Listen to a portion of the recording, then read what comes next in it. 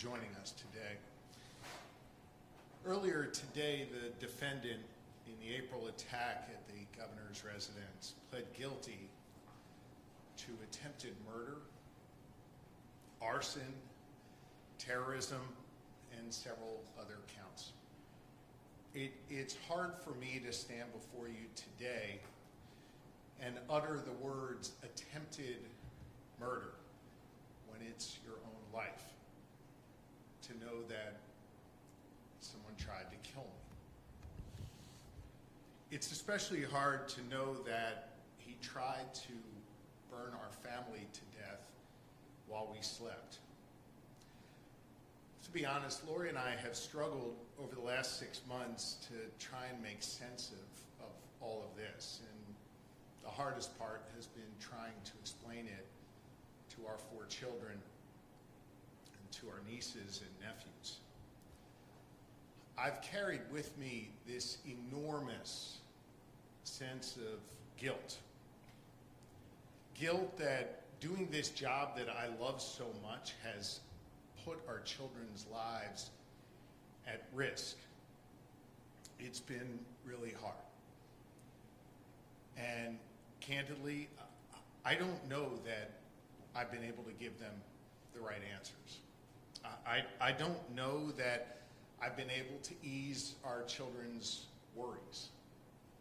But I can tell you we've tried, and it's been an ongoing effort to even just a few moments ago. Why would someone want to do us harm, our kids will ask. How were they able to get so far into the governor's residence, the place that was supposed to be the safest place we could possibly be?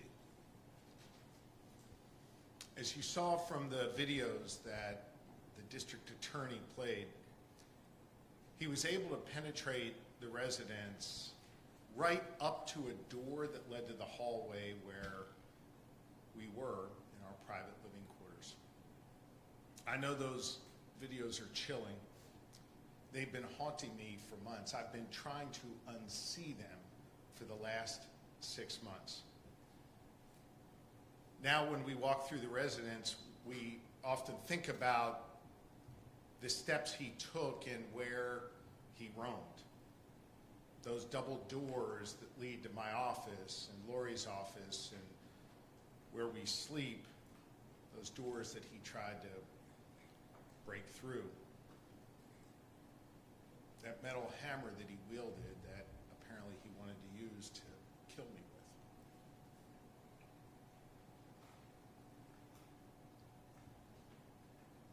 The spot in the state dining room where the fire first began, the smashed glass of the windows that he used to enter into the home. I'm struck when I'm outside walking in the gardens, usually on the phone, tending to business, by the charred bush that remains outside that window where he threw the first Molotov cocktail. We also see the effects of his crimes in the extraordinary scope of damage at the governor's residence. The burden of the cleanup and the rebuild has been enormous, and as you know, it is ongoing. What you probably don't see is the subsequent security changes in all aspects of our lives and our children's lives. And this construction all around us is a constant reminder of what happened and that our personal safety is not assured and that we are vulnerable. His crimes also caused massive disruption in our lives and the lives of the people we are privileged to know and who work at the governor's residence. I want you to know we will forever be grateful to the firefighters who rushed toward danger and put out that fire just in time. We're also incredibly grateful to the troopers who rushed our family out to safety in those early morning hours. And we're so appreciative of the dedicated staff the governor's residence who continue to come to work with purpose and with joy every day. Laura and I are mindful that serving in public office today brings with it risks. It's a sad state of the world that we are in. But I have to tell you that before this attack, those risks just felt very theoretical to me. Something that might happen elsewhere to someone else, but couldn't happen here. Sadly, this made it all real. And it brings with it a real sense of vulnerability that our family feels every single day. I want you to know we are working through this, and you've heard me talk about the emotional toll this attack took. I need you to know this is an ongoing thing that we are dealing with and we are working through. And I think we're confident it'll get better, but we also know it's going to always be with us. Sadly, as you know, our family is not the only ones to experience political violence. Violence that is used to try and silence people or intimidate people.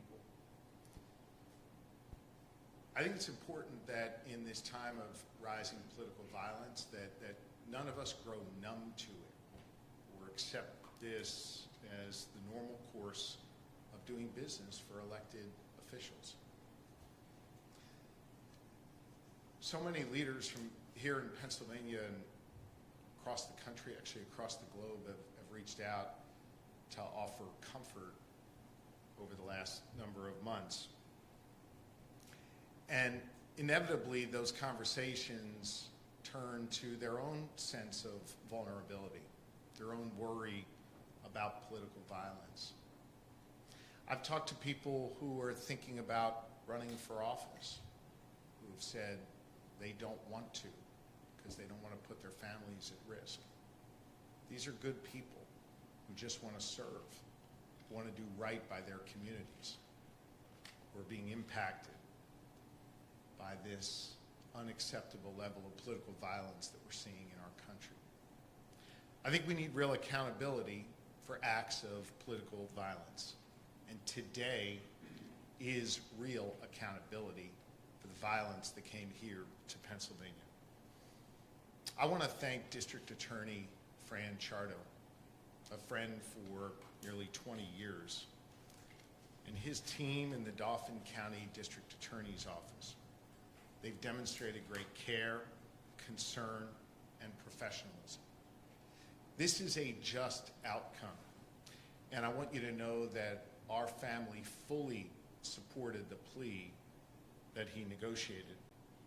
You know, from the morning after the attack when the district attorney and I and other law enforcement met at the governor's residence to this morning, District Attorney Chardo has demonstrated strong, compassionate leadership, and I am grateful to him. Today is a holiday in our faith, a moment to renew our spirituality and our connection to God. I want you to know we've leaned a lot on our faith these past 6 months to try and work through this. We've also leaned on the faith of so many others in the process. We've been so strengthened by the faith and the prayers that others have shared with us. And we have seen so much light in the midst of this darkness. I want you to know we are not deterred in our desire to serve others, in part because of our faith and how strongly we lean on it, and in part because of the examples that others have set for us. We remain focused and committed to doing our work on behalf of the people, and nothing and no one will stop us from doing that work. We will forever be changed by this. We know that time will heal the scars we will make. I want to thank you Is he done? Here today, No, he's still. especially with the news media from this area. I've been there since the first moments after the attack. I've seen on your faces how this has impacted you. Appreciate the way in which you shared this.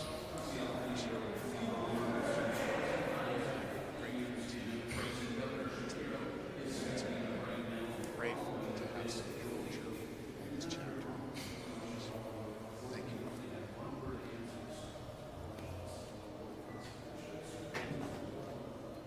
Oh, hey George, sorry. Hey, sorry, I thought I was dialing into the TVU. My bad. All right, bye.